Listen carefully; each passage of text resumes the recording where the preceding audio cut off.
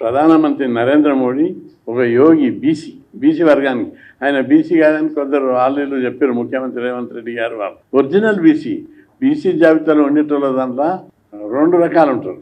ఈయన చేతి వృత్తులకు చెందినటువంటి వాడు, కులవృత్తి, గాంధ కులం, పైగా బీసీలో పట్ల అంకితభావం ఉన్నటువంటి నాయకుడు. ఎప్పుడు కలిసిన కృష్ణయ్యజీ ఆగే బడో ఫైట్ కరో అంటాడు. అంత అంకితభావం ఉన్నటువంటి వ్యవస్థ లోపల హక్కుల కోసం మీరు పోరాడానికి నా మద్దతు ఎప్పుడు ఉంటుందని వెన్నుదట్టి రేపెట్టటువంటి గొప్ప నాయకుడు మోడీది. కాబట్టి మోడీ యొక్క నిజాయితీపరుడు, నిస్వార్థపరుడు, ఒక యోగి, ఒక ఆస్తి లేదు, కుటుంబం లేదు, ఇల్లు లేదు, వాకిల్ లేదు, మొత్తం భారతదేశ ప్రజలైన ఆస్తి అనేటటువంటి గొప్ప యోగి మోడీ భారతదేశానికి ప్రధానమంత్రి కావడము భారతదేశం యొక్క అదృష్టం. తెలంగాణలో కూడా వచ్చే రాజ్యం బీజేపీదే. పట్టభద్ర నియోజకవర్గం, టీచర్ల నియోజకవర్గం ఎన్నికల లోపల మన బీజేపీ పార్టీ అభ్యర్థులను గెలిపించాలని చెప్పి నేను అందరికీ విజ్ఞప్తి చేస్తున్నాను.